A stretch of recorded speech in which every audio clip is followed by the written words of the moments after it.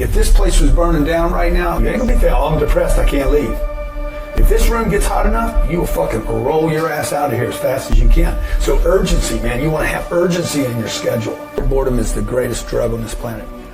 Free time is the greatest.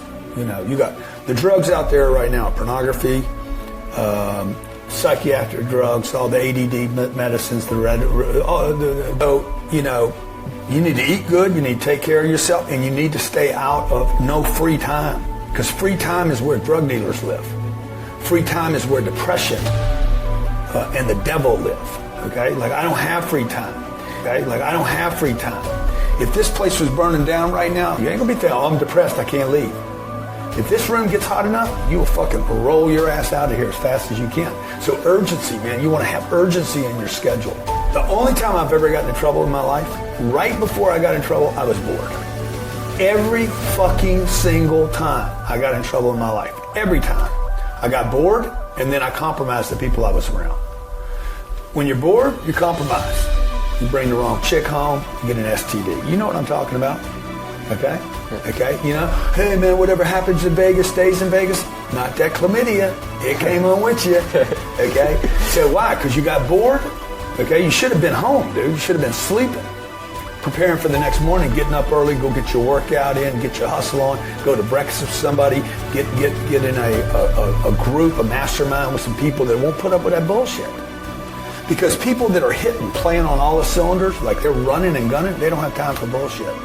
$1 million is no money. And the fact that anybody watching this right now, you're like, oh my God, this guy thinks $1 million is no money. I am telling you it is no money. Or like, why do you think I'm telling you that? Because it's fucking no money. The only people think $1 million is a lot of money are people that don't have any money. So the other thing you guys need to understand is we all think green is green because somebody told us it's green. Or sweet is sweet because they didn't call it sour. If they just said sweet was sour, we'd call sweet sour. And the only reason we believe $1 million is a lot of money is because somebody told you that it was a lot of money, and the person that told you it was a lot of money didn't have $1 million. You understand? Yeah. Because it's not a lot of money. Ask Cuban if it's a lot of money. Right. He'll be like, I can't do anything with $1 million. Nothing. So look, rich is not wealthy. You know, so you got poor, you got rich, you got wealthy. And in between, you got a bunch of different variations.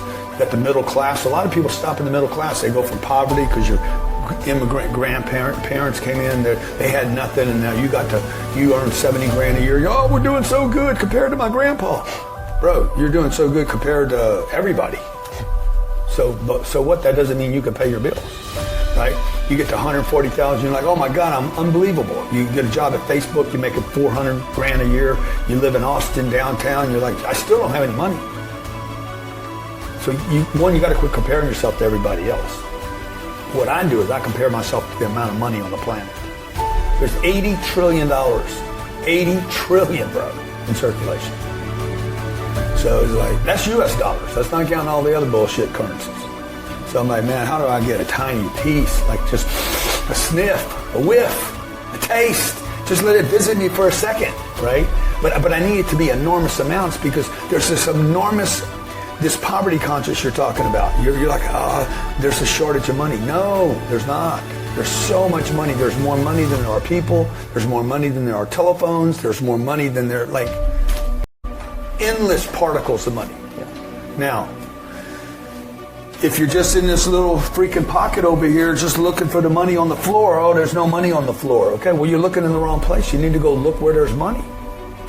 What would you say is the number one thing that separates the wealthy from the rich? Oh yeah, well the rich are just, it's just another version of waiting for the end to come. The wealthy, bro, there is no end for the wealthy. Sam Walton dies, he founded Walmart's. He's got 5 kids that are still on the billionaires list. He's only been dead like 30 years. I think they're 15. I think Sally, Bob, all the kids are sitting there. This is 30 years after he's been dead. Wealth does not stop. Rich stops. When you die, you pay your estate taxes, the kids split it up, money's gone. Wealthy people, just keeps going. So like, you go poor, I started out poor, I get in the middle class, you get tempted because you get comfortable in the middle class. Air conditioning, cars, got a place to live, shit. Get a little something on the weekend, got a bottle of beer, you get some entertainment. It's the middle class, man, middle class. It's better off than Afghanistan. You know, you got a little something. Then you can create a little, then you get rich. You got a big high-paying job, now you're paying taxes. Shit, you and the husband, you and the wife, whatever's working, you got a couple kids, you bought your cars. You're getting rich now. You got 400 grand a year coming in. People think you're rich. You belong to a country club, you got an IRA now, shit. You're the shit, right? You buy a bigger house. You ain't got any, you don't have any freedom. You die right now, the whole game's off. And that's where my dad was. My dad was, he died 52 years old. Bang, expires. We were doing great. Expired, whole game was over. Like in an instant, 72 hours, everything changed.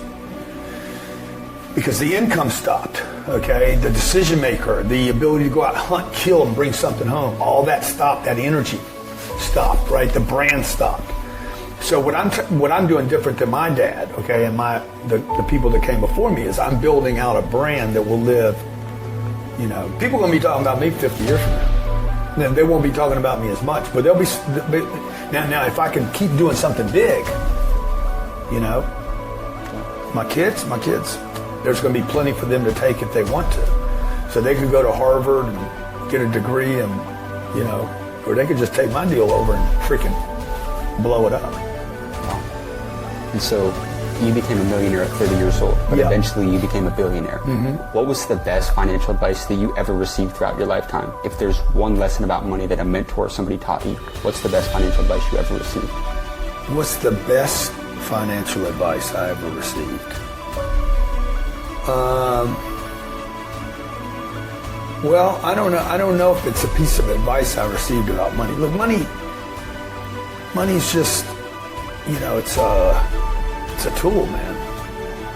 And I was brought up by my mother she didn't understand money, so she taught me to manage it. So the lesson I learned was quit managing money. Okay, managers don't make money. Do you know of a wealthy manager? No. Fund manager, Goldman Sachs, they're not managing money. What are they doing?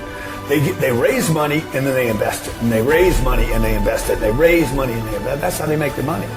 So, like, go to zero, man. Don't have any money. Do not save money. Don't plan for retirement. Take every penny you earn from every person you meet and reinvest that money. And another thing... Reinvest it in something that it's your business, your marketing, your brand, your information, getting better, faster, more confident, anything that makes you faster, better. And then when something's left over, start investing in other real assets. Obviously, you've built a massive personal brand for yourself. And for anyone out there who is aspiring to do that, to where they can leverage that in their respective industry in the business world, what would you tell them? To build a brand? Yes. Build a brand.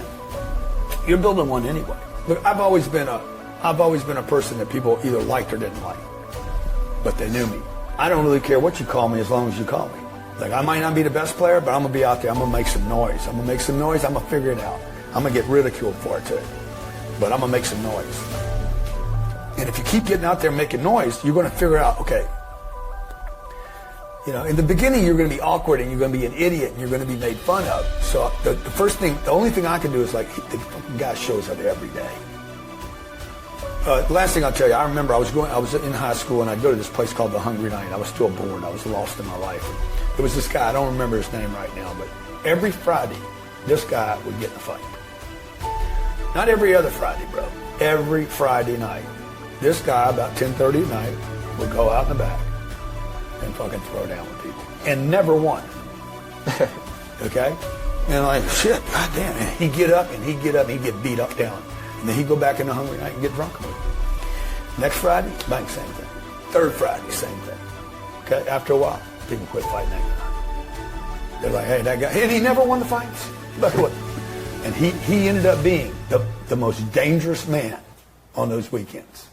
Because they're like, he's going to fight no matter what. And I learned from that. I watched that. I'm like, okay, I don't want to fight because I don't want people hitting on me. But I'm going to keep showing up. And no matter whether they say good things about me or bad things about me, whether I'm good at what I do or not good, I'm going to keep showing up until people say, fucking guy going to keep showing up, bro. Just step aside, leave them alone. What would you tell the people that want to get started in real estate today? What's that first step that people should take to start getting well? You know, you need a commitment. You need to quit making all these excuses. What you need is a commitment. If you have a commitment, you don't have money, bro.